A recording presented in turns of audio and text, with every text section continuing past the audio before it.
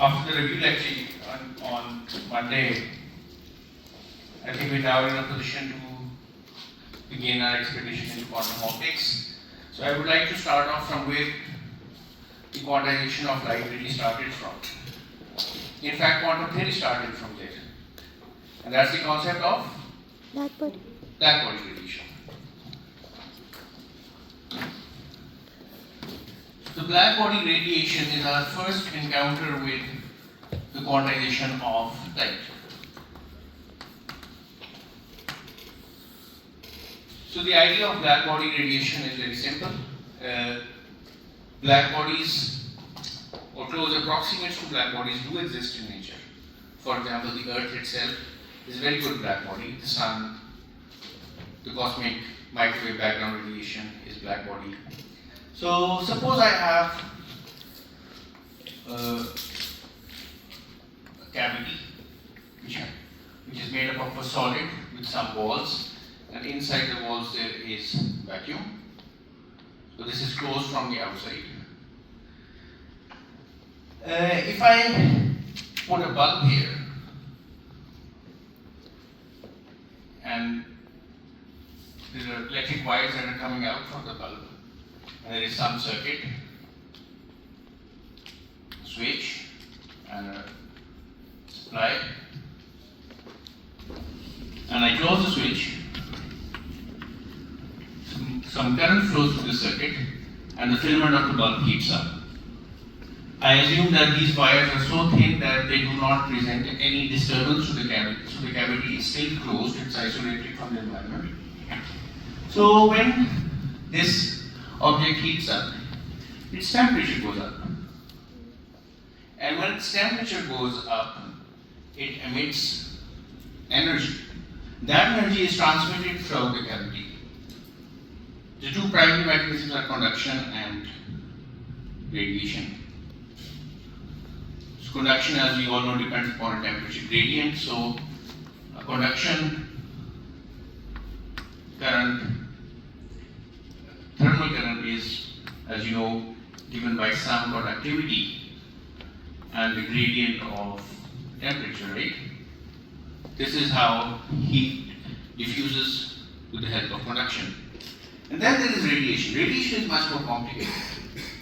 But at no point in time will the radiation inside this cavity be in a state of equilibrium, because energy is continuously being pumped into the cavity.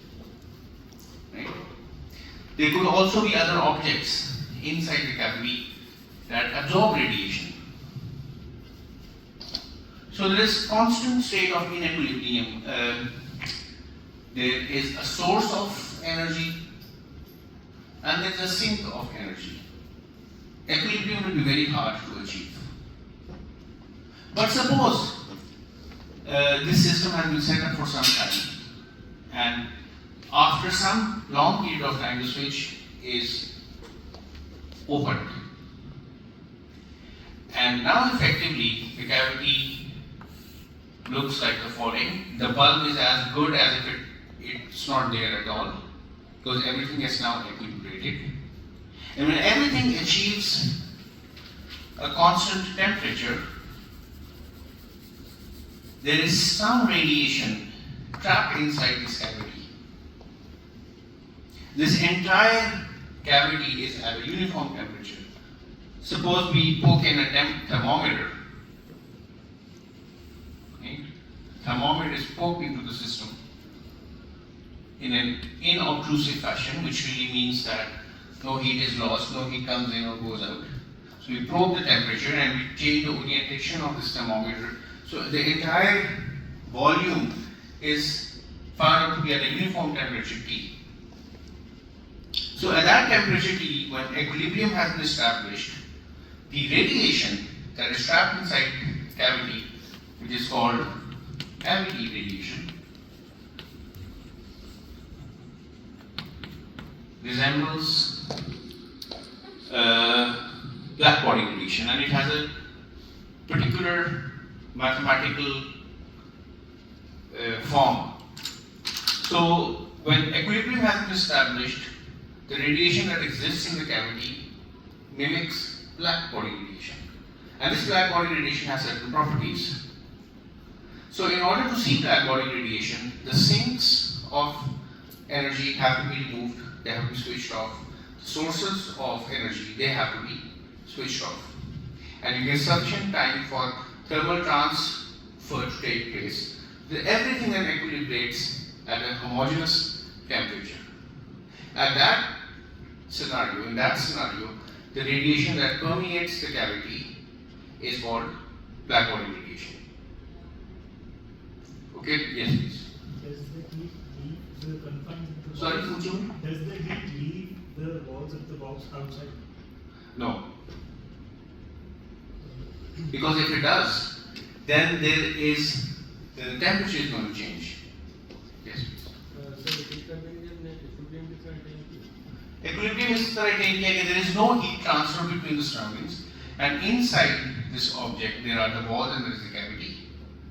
And the walls have atoms in them. They possess certain energies. The photons or the radiation inside this cavity, they possess certain energies. And at one stage, the energy per degree of freedom in the walls and the cavity are the same. So the entire thermal energy is homogenized within the system. That's when this radiation is called black body radiation. Everything is now in equilibrium. It could be heat transfer at a dynamic scale, but on average, everything remains homogeneous, uniform. This is the idealized form of black body radiation. Now, in order to understand why is this important and why is this ideal scenario really important, it's important because it tells us that the radiation inside the cavity is quantized. And this gave birth to the idea of quantum mechanics, as I'm going to show in a minute. Yes, please. So ये जो आपने shade किया area, ये किस चीज़ को represent? ये walls हैं इस cavity. See, यहाँ पे atoms हैं, there are atoms here. There are no atoms inside this annular region. Such radiation. Here there are atoms. Okay, so now in order to look at cavity radiation, let's consider the Maxwell's equations. So suppose I have a one-dimensional cavity. So let's simplify this problem a little bit. I have a one-dimensional cavity, length L, and there is some radiation inside this cavity. Now I'm going to come slowly to the concept of photons.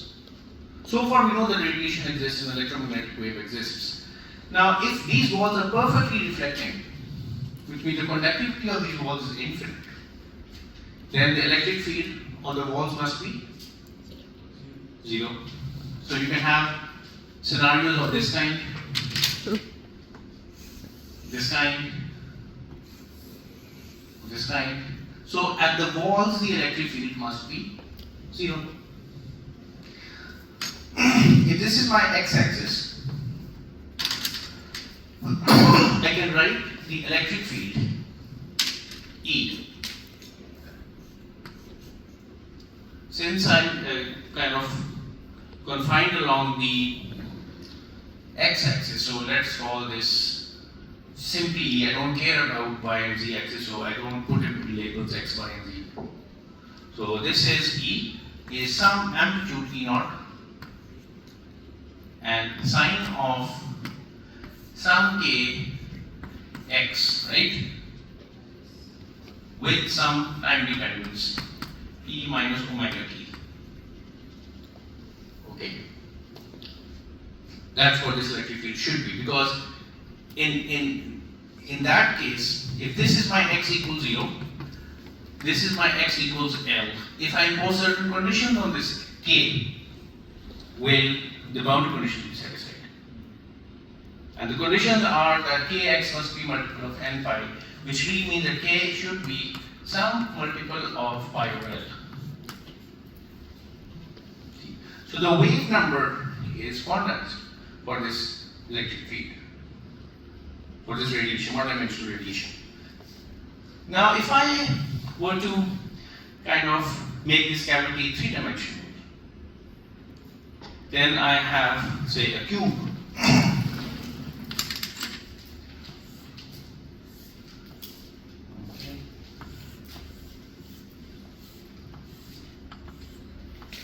cube, each length is L, and I go along the X, Y, and Z directions, and the cavity extends between 0 and L in each direction.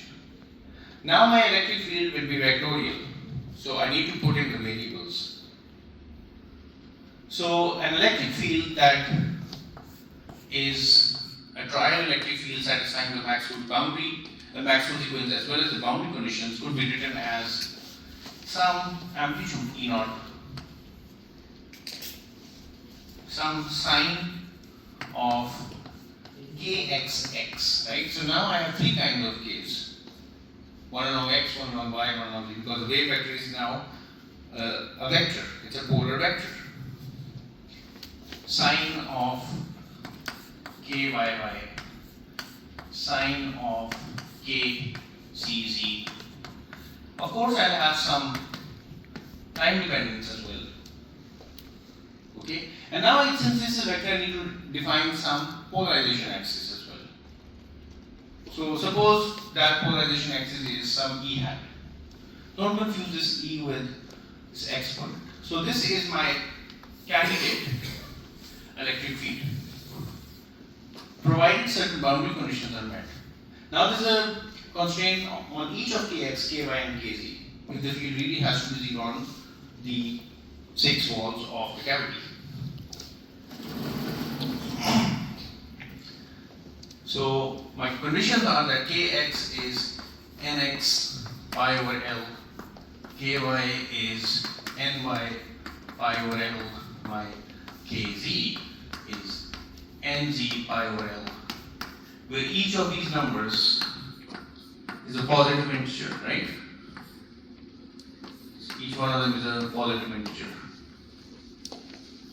Cannot be 0, otherwise the field will not exist.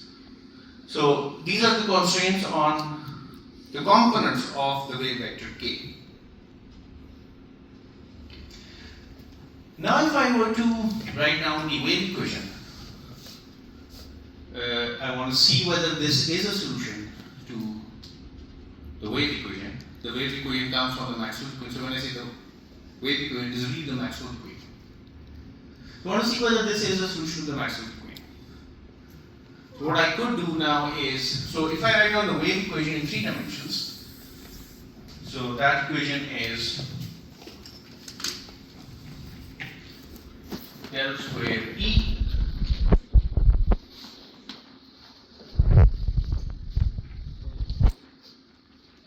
equals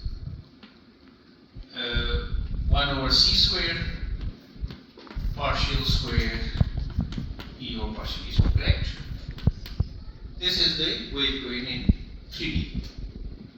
Now if I look at the left hand side and I employ the double derivative, I will get minus k squared E, where k squared is this thing, k squared plus ky squared plus kz squared. Okay, and the right hand side is a double derivative with respect to time, only that the time factor plays a part, minus iota omega square, which is plus iota, so minus omega square. So I get a minus omega square over c squared E. Okay, so this gives us a relationship between k and omega. That relationship is that this k squared equals omega squared c squared. This is called a dispersion relationship. Okay, so if I were to plot this dispersion relationship, k comes here, omega comes here, this curve looks like a straight line.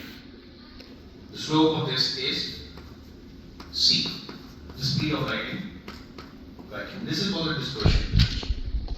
Relationship between omega and k is, yes please.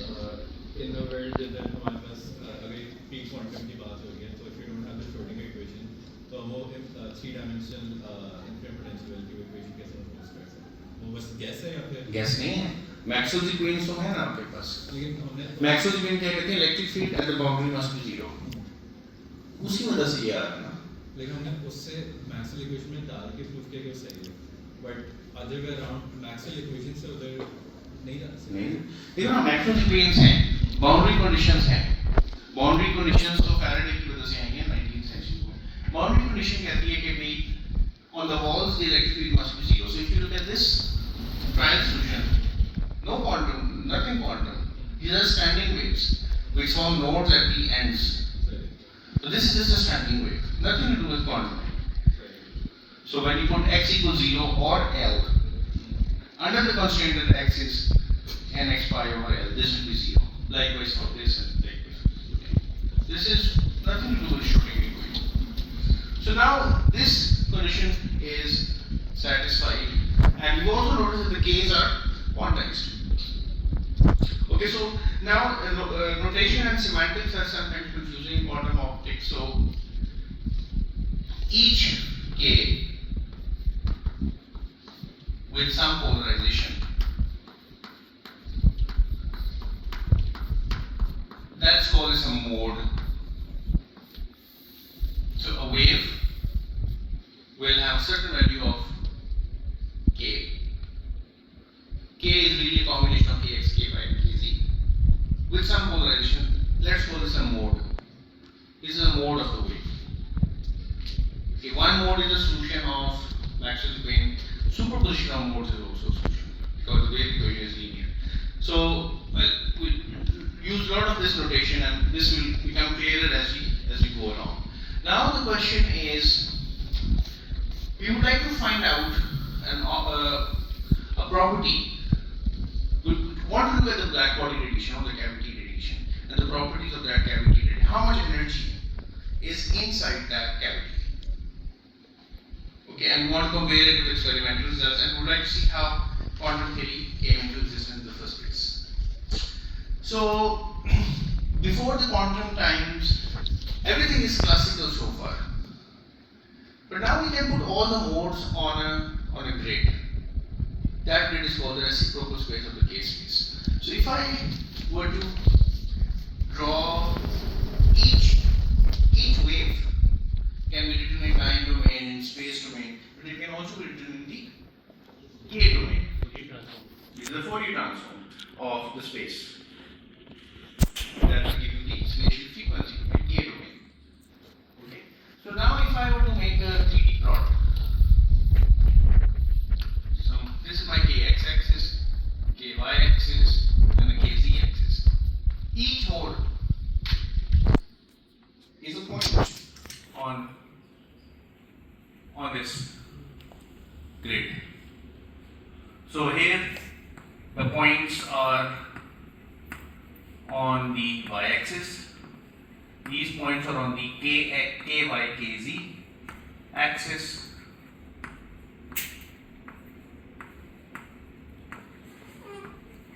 Right? And likewise, you have these points coming out towards you. You have points on the kx, ky plane, equally spaced. Right? Points on the xz plane, and so on. You can form a three-dimensional network. So of this kind.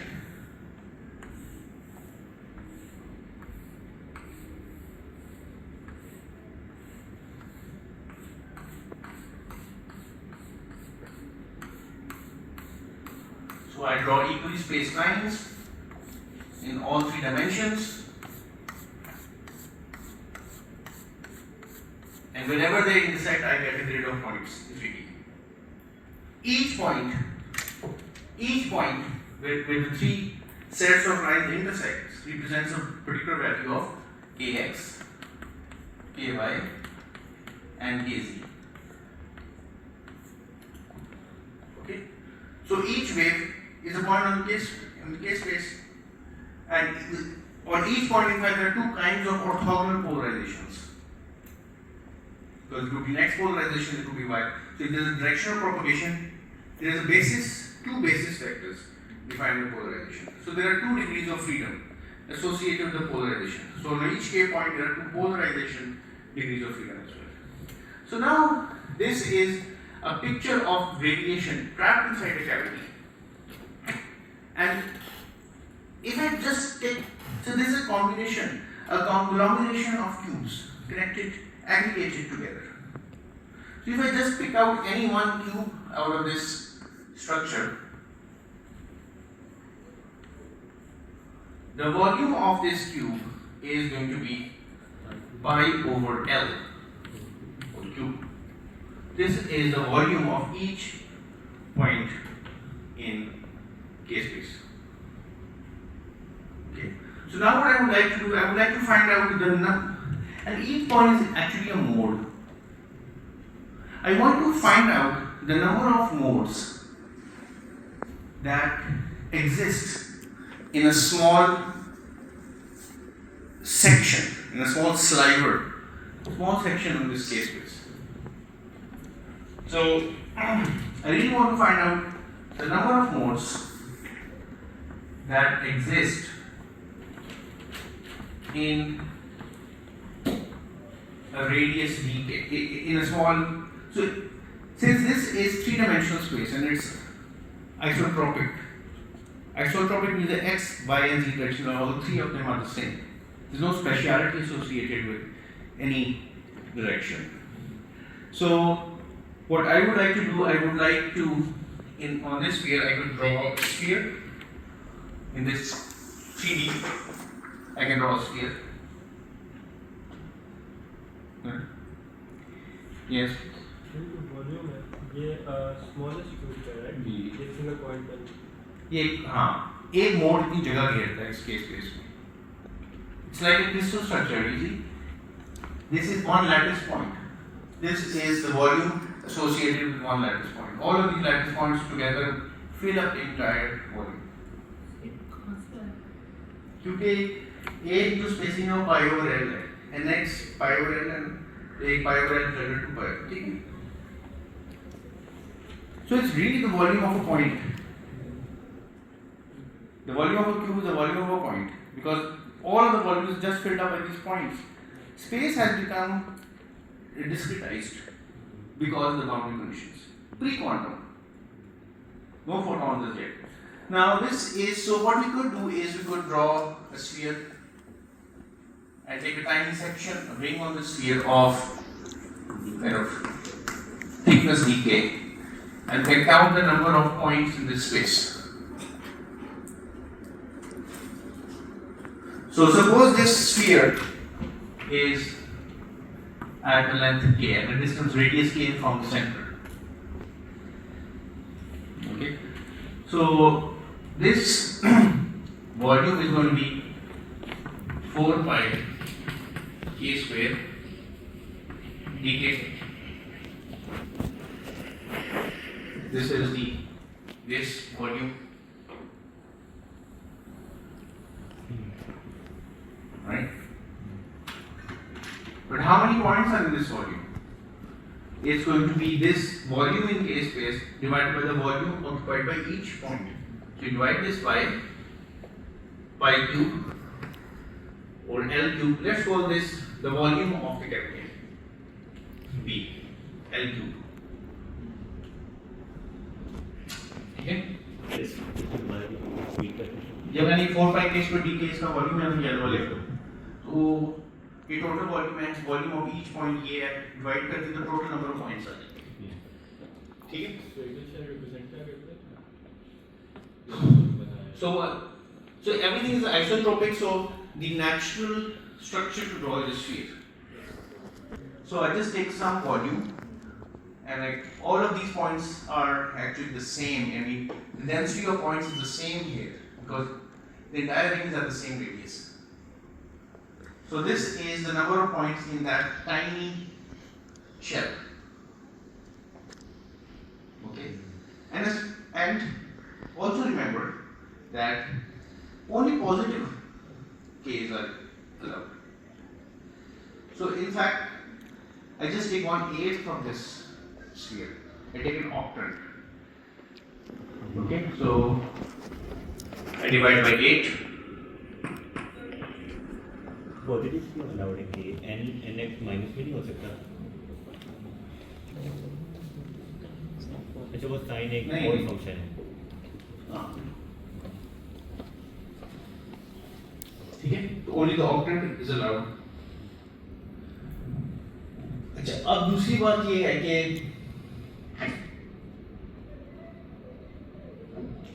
polarization. There are two kinds of polarization associated with each one. So I put 2 here as well. Okay. Then in the next step we take the volume to the left hand side. I get the volume density of modes. How many modes in this per unit volume inside this cavity for this radiation? So finally, so let me represent that per unit volume density of modes by small n k. Small n k dk is a square r or pi square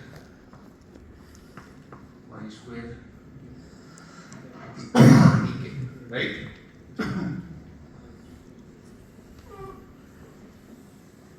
k square pi square k square और pi square, ठीक है? तो ये physically क्या represent करें? Small N के D Density of modes per unit volume at some value of k. The left hand side, the number of modes that exist per unit volume at between k and k plus dk. So this thing is called the density of modes, the density of states in condensed matter physics. Yes, please. Sir polarization की जो आपने बात की थी, light के लिए वो हमेशा दो Do you with polarization is a direction of propagation, and the polarization can be anywhere on in a plane perpendicular to the direction of propagation. Okay. Let me check if this is correct. And this dk, so this will be 2k dk is 2 omega over c square d omega, correct? So here dk really is 2 omega c square 2k d omega. But k again is omega over c, so this is 2 omega c square to k is omega over c d omega. So this turns out to be theta now. Okay. This turns out to be d omega over c.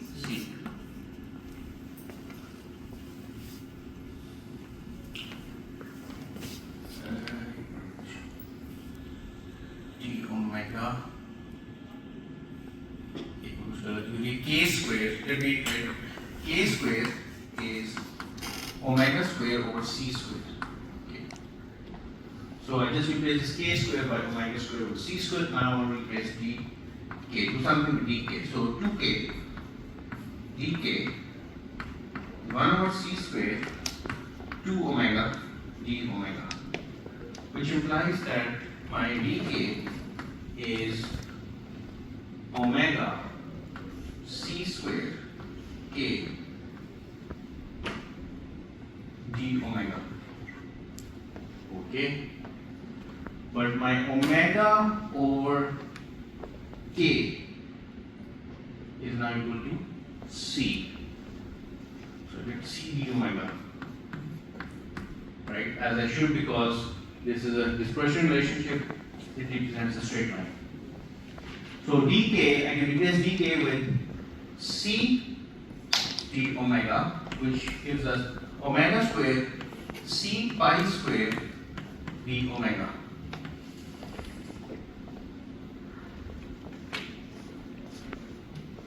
Got it?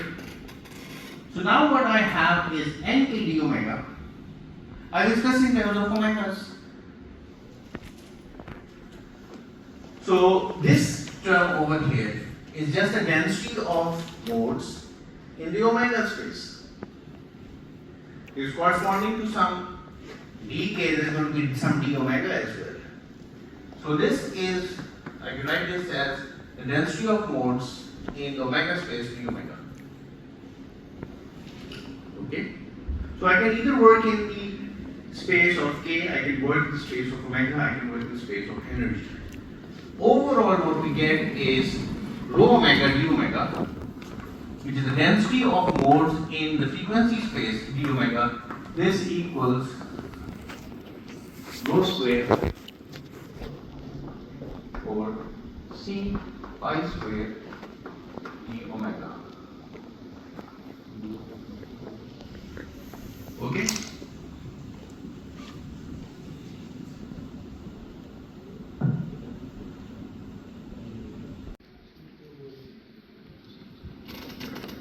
Omega square c cube हो जाएगा ये.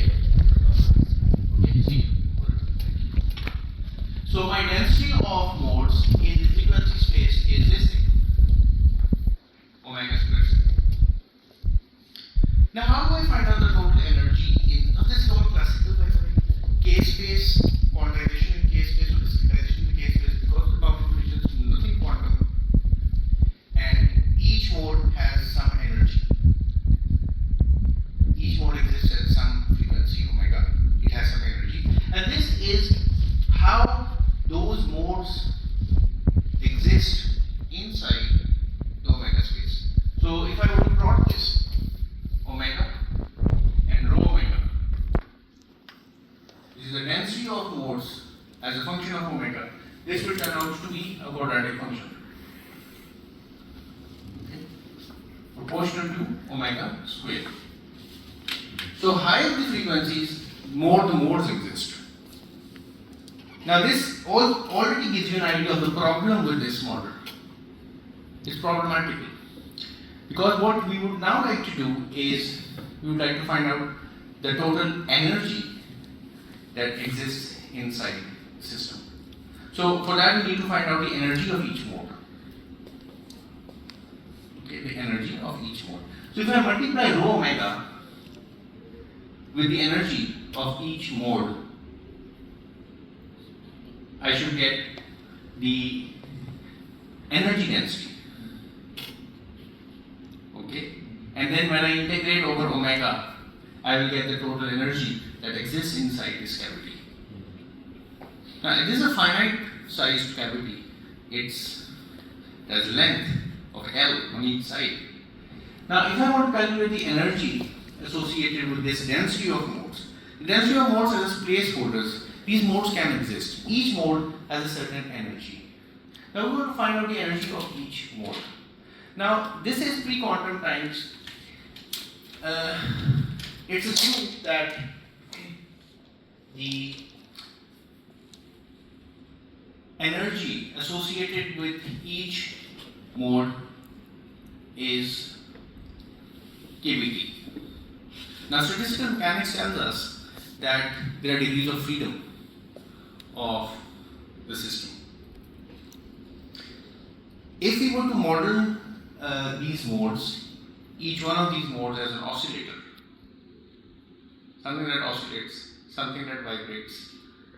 So it was very natural to think of these waves as oscillators. Something is oscillating. Maxwell told us that what is oscillating is linear electric and a magnetic field. So there are two degrees of freedom associated with each oscillator. Each degree of freedom carries an energy kT over 2. That's called the theorem of equipartition of energy, which you learn in statistical mechanics. So just imagine you have an oscillator.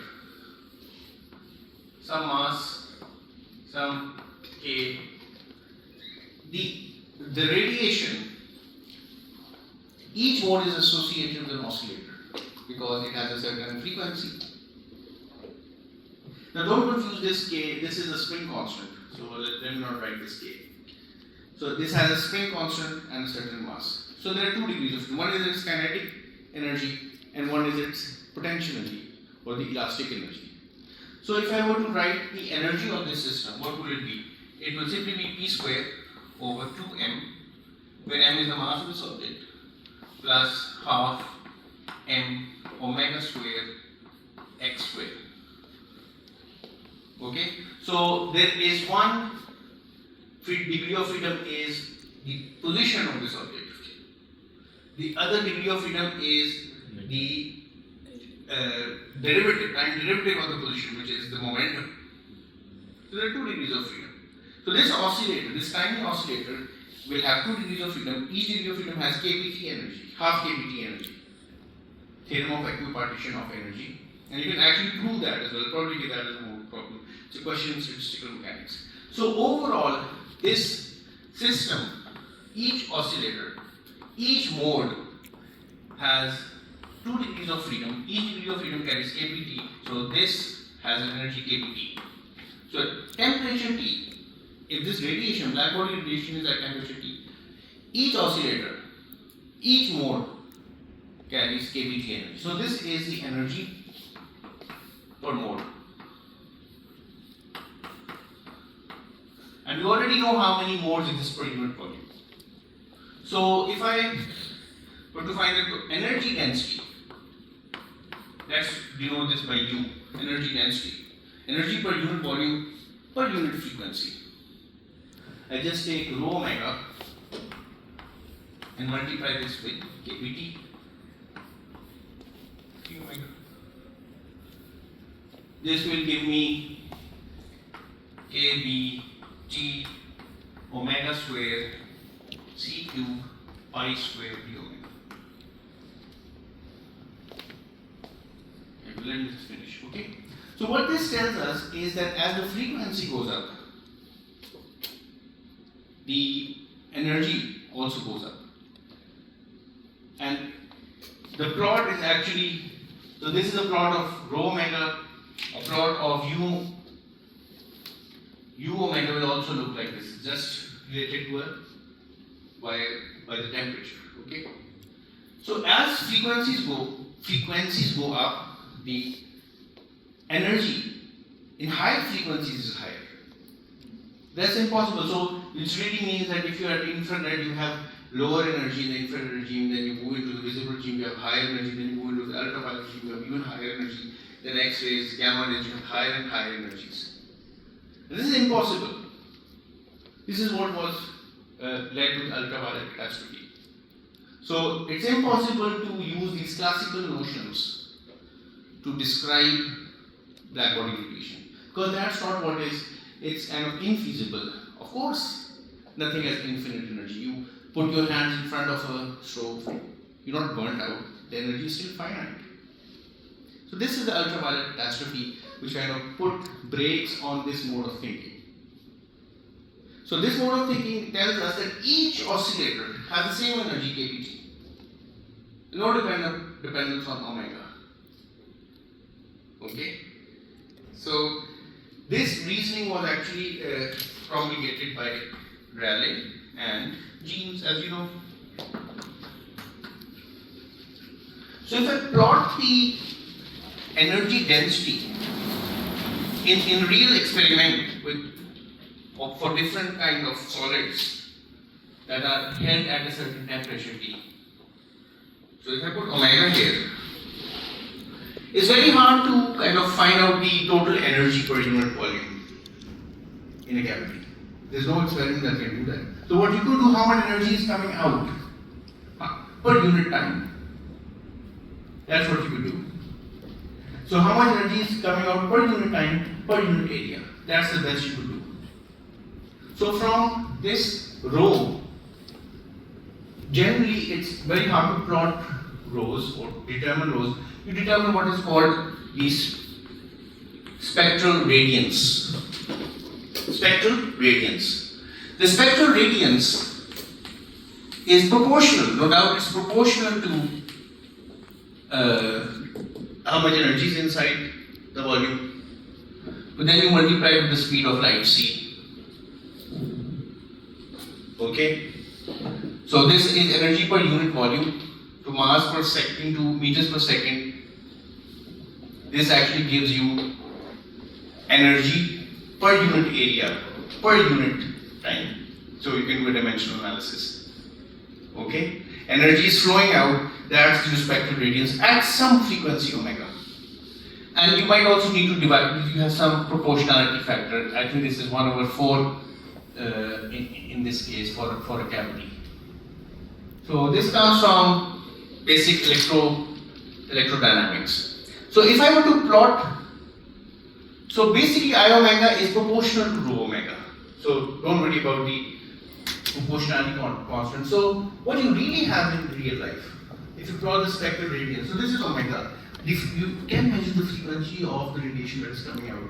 So if inside this system, here, you kind of make a small hole, very small hole, put a pipe and a detector here, which is called a spectrometer.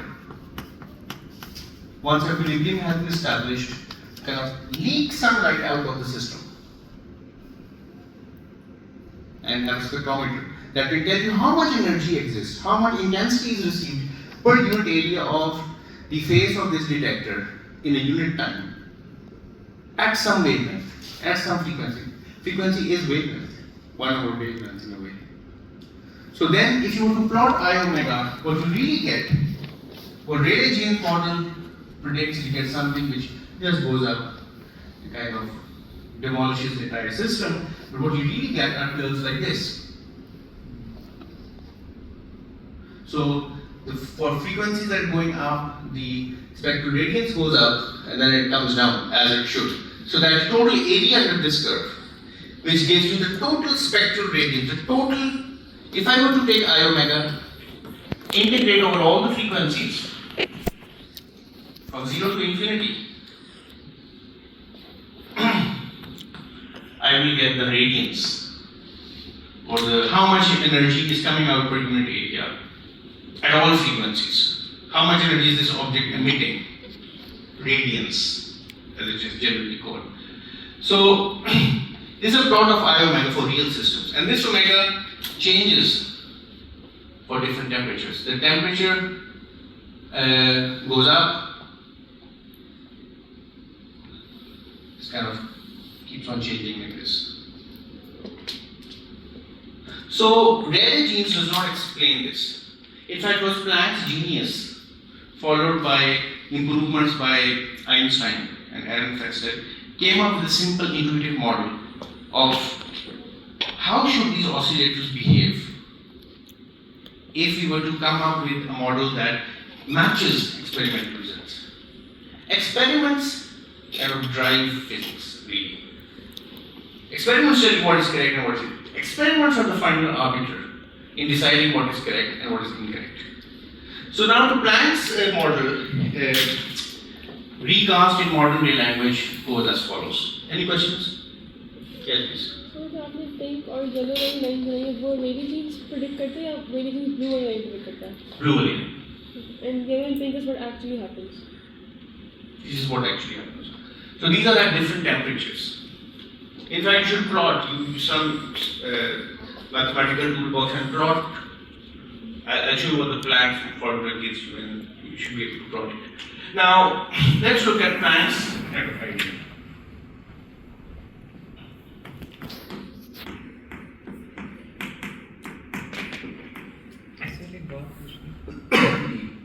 Sir ये जो आपने harmonic oscillator का model लिखा है ये classical है right but अगर आप ओमेगा को इन टर्म्स ऑफ ये और omega this is a constant.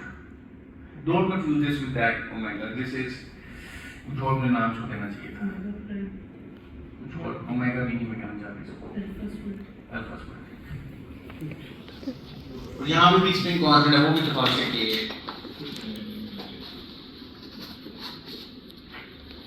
Yes, please. So यहाँ पे you've taken इसके मुताबिक 2 degrees of freedom of light. This is because of the polarization. इस तरह किया कि No, this is not because of the polar. This is because of the electric and the magnetic field. लेकिन अगर हम इसको देखें like for this exact analogy आपके पास एक वन डायमेंशनल मोशन है या two dimensional along the x axis इस केस में आपके पास क्यूब है so wouldn't that change So, but this is not a medium, a solid medium that we're talking about. This is electromagnetic radiation. The electromagnetic radiation is completely defined by E and B. You need these two fields to completely define the E and B, the electromagnetic. The energy is carried both in the electric field as well as in the magnetic field, remember. So the energy in the electric field, if you remember your electromagnetism, it's one of my favorite subjects. The energy in vacuum in electric field is half epsilon naught E squared. But the magnetic field also carries energy. It's 1 over 2 mu naught B square. So both of these modes carry energy. So these are independent modes. Okay. By the way, why is this quantum? Because the electric and the magnetic fields, they become non-commuting observables. That's where the quantum really enters the picture. They become non-commuting observables. You can't measure E and B, both of them at the same time. Alright, so let's move on to the Planck's idea. Sir वो to आपने modes के लिए लिखा है ना ऊपर वो जो लिखा है हाँ वो टू पर polarization modes के लिए. बस ठीक है.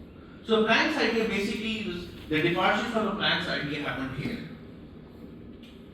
Planck's idea was that if we imagine that something is inside the cavity, which he called radiation, each radiation corresponds to something that is oscillating. We know that something is oscillating, electric and magnetic field.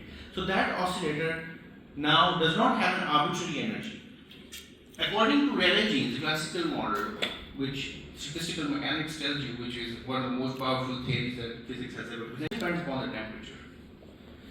But Planck's genius was, and it was a kind of semi-intuitive graphical kind of genius, it cannot be derived from anything simpler, was that this energy is quantized.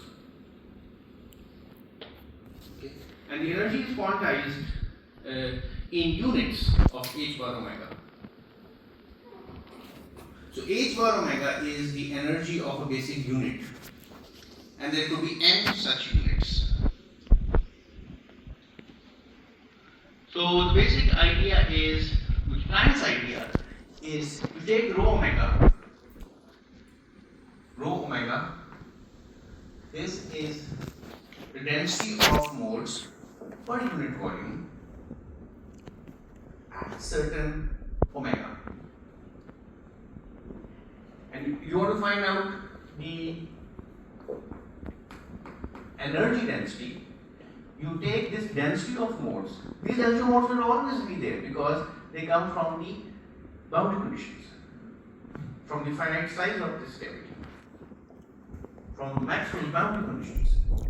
And associate, so you count the number of modes in a unit frequency per unit volume and find out and multiply this with how much energy is associated with that mode. Okay? So what you need to do is energy per mode. And Planck's energy for mode was not KBT, rather it was something else. Planck's energy per mode, which E at some omega, energy at some omega, mode omega. I can either write K or omega because K and omega are related. Energy per average energy per mode. Planck's result was that this is h bar omega divided by E h bar omega over kBt minus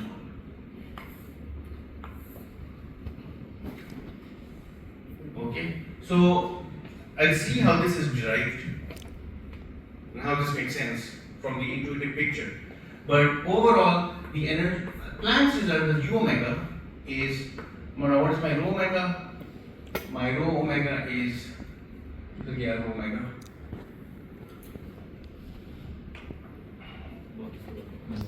Omega square c cube pi square. Omega square c cube pi square omega भी लिख सकते हैं into h bar omega. So h bar omega cube 1 over e h bar omega kpt minus 1 d omega. This is Planck's result. And if you plot this, you get the pink and the yellow curves are right. So take h bar omega kbt as x and plot this as x squared and x cube over e raised by x minus 1. You'll get those Planck's results. Perfectly they match perfectly with the experimental data. Now how was this derived? Yes, please. So isn't this just like the energy times the Bose-Einstein distribution? Yes, it is that. How is it derived? So we would like to see that. Okay? Now, any questions? So the key idea is that the energy of the harmonic oscillator is quantized in units of h bar omega. So Planck's basic idea was that the average energy per mole is given by how many excitations exist of energy h bar omega. Okay, so there could be n excitations. There could be 0, 1, 2, 3, 4 excitations. Right? So now his idea was that the energy of each oscillator is in units of h bar omega. Could be 1 unit of h bar omega, 2, 3, 4, and so on up to infinity. So this could be n h bar omega, where n could go from 0 to infinity. Okay? And from here came the idea, first idea, semblance of the idea of photons. That if the oscillator had an energy n times h bar omega, it's as good as saying that there are n photons of this mode omega inside the cavity. So n units of energy means n photons have been injected into the system, they are present in the system. So the photons are excitations of the field. Photons are excitation of the field. They are quasi-particles that represent excitations of the field. Excitation means how many energy units does the oscillator have? It can have n. But n could be any number. But then Planck also knew statistical mechanics, of course. He knew that if you have a certain amount of energy, the probability that that energy is occupied, the probability that a particle can have that energy is given by the Boltzmann distribution or the Gibbs probability distribution. So if you have this energy, the probability that a particle, this is the energy, so you need to multiply this with the probability of a particle to get the average energy. So what is the probability that a particle, that there are n photons in the system? That probability is given by exponent minus the energy kBT divided by a normalization factor called the partition quotient. And then you want to sum up over all the possible values of n from 0 to infinity. Got it? So this is the energy of an oscillator, which shows later on, after Planck's time, one can come to think of it that these are n photons in the system, and the probability that n photons are excited is given by this purely classical factor. So this is a classical Gibbs factor probability distribution, also called the Boltzmann distribution. This, however, is the leap of imagination. Okay? So, by the way, this Z, the partition function, is, as you all know,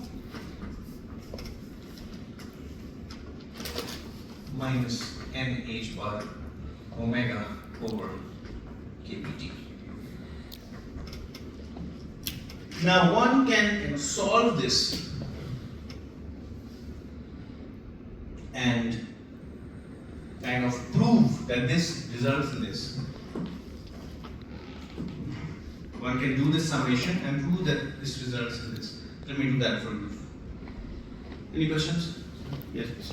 Can you say कि ये probability है ये n excitations के लिए और है जी इसीलिए जब बोस साहब और आइंस्टाइन आए, they said that this is the probability that there are n excitation in the system. Sorry, this much, 1 over this factor. So energy of each excitation, each mode multiplied by 1 over this factor is give you the number of excitations within an h bar omega. That's why 1 over this factor is called the Bose-Einstein distribution, or the number of photons that exist at a certain temperature of frequency omega. Okay? So now I would like to quickly show you how come from here, Planck's idea, to the final result, which then leads to the Planck's formula. समझ आ रही है?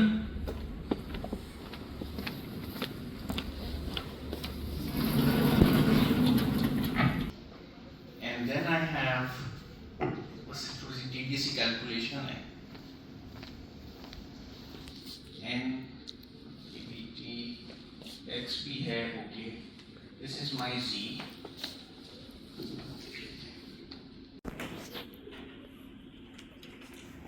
Minus h bar omega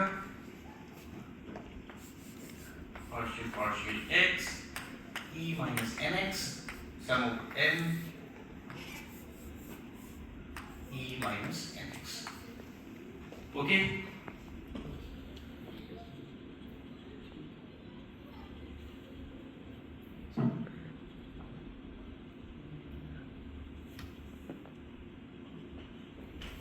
ठीक है ना?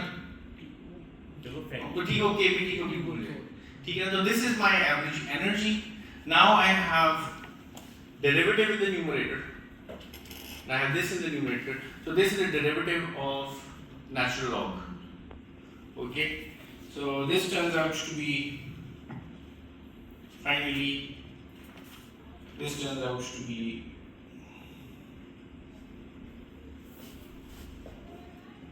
so this is minus h bar omega. The derivative, I can bring this derivative outside the sigma sign. The derivative of z over z. Okay? So this is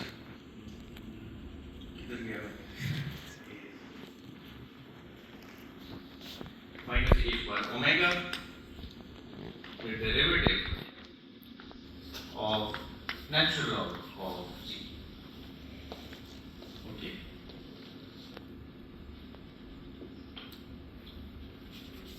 So if I take the derivative, so if I want to take the derivative of the natural log of z, let's do that. The derivative of the natural log of z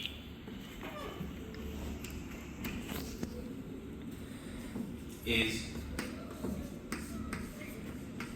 sigma e minus nx, correct? This is a geometric series, an infinite geometric series. This gives me, I think, 1 over 1 minus e minus x, correct? Is that correct?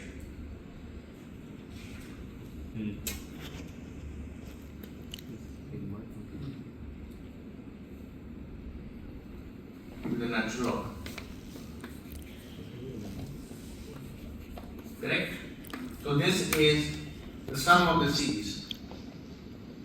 Geometric series. This would be natural log of this is, so I get like 1 minus e minus x, derivative of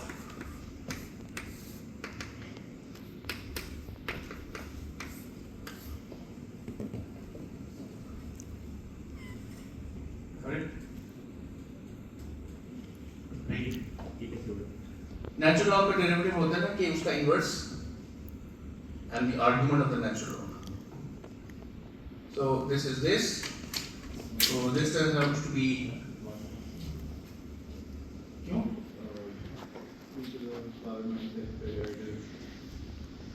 अभी मैंने लेना है. ठीक है? This is 1 minus e minus x.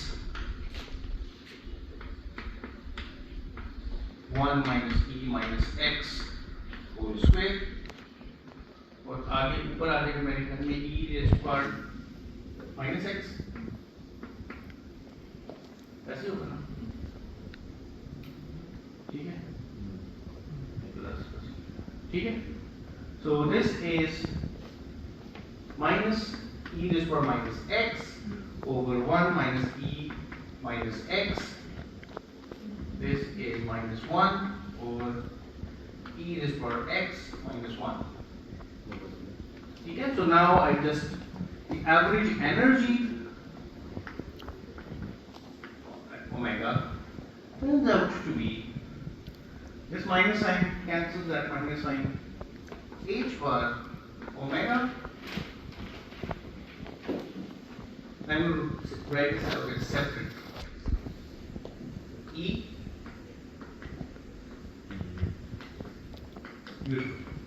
जब वहाँ पे हमने फैक्टर को मिस किया था, जब आपने पार्ट ओवर एक्स डी लिया था 1 ओवर के बी टी वाले को, वो नहीं रिपीट कर देगा? नहीं वो मैं ले नहीं रहा. So this is the average energy of each mode of frequency omega.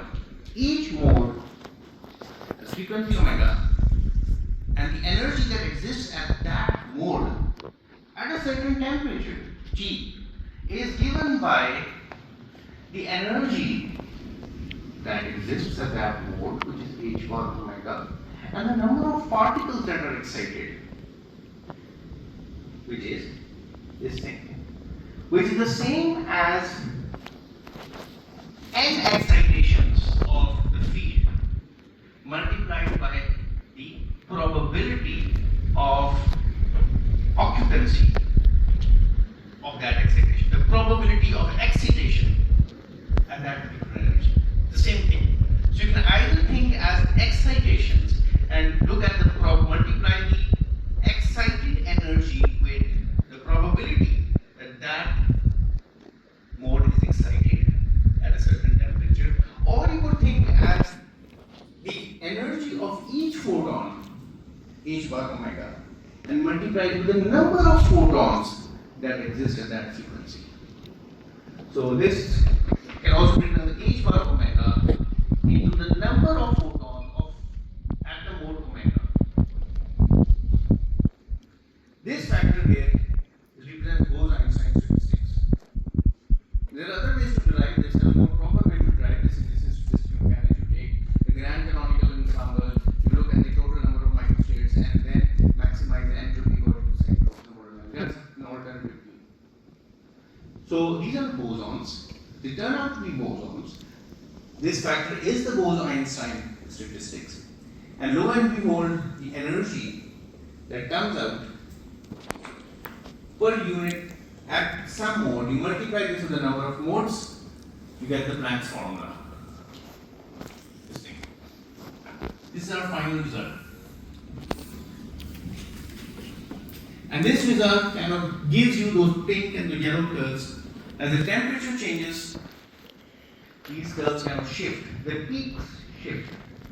And you will also find out, given the energy, this thing, if I were to integrate this over all omegas,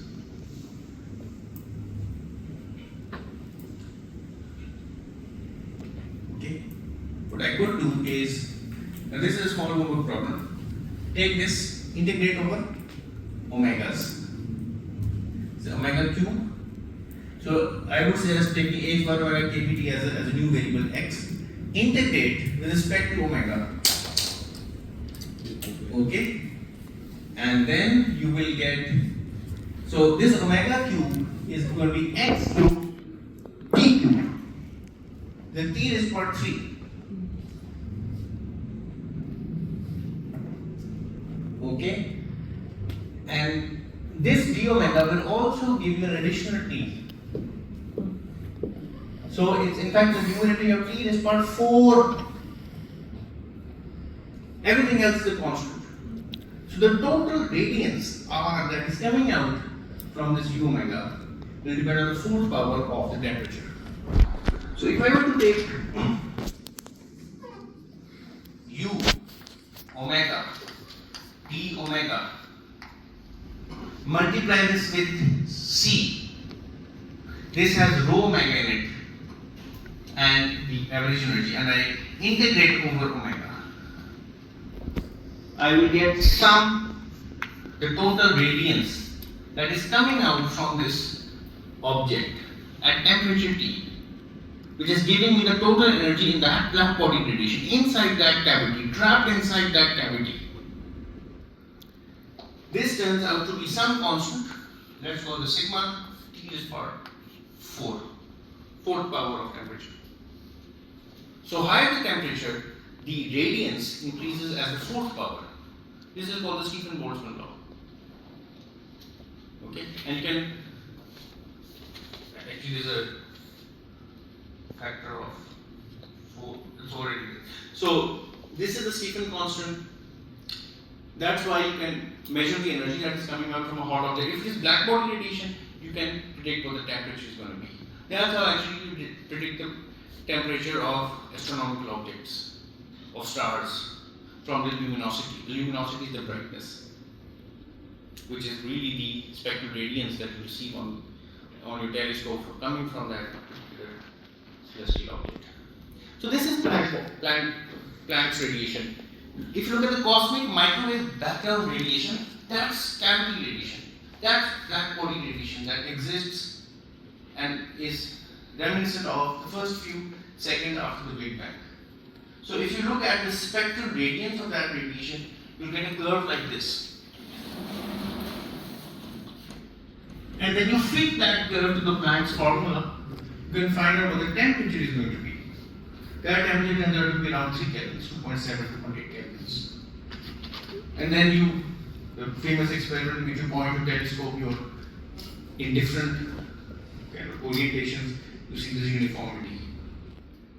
Alright, so this is a really important concept, but the idea which is relevant to quantum optics in our course is that this was the first idea that the radiation actually can be modeled as oscillators. And those oscillators have discrete units of energy, quantized energies, in units of h bar omega. So the energy could be n times h bar omega, and there is a probability that each of these excitations exist. And then there's the density of states that come from the spatial quantization.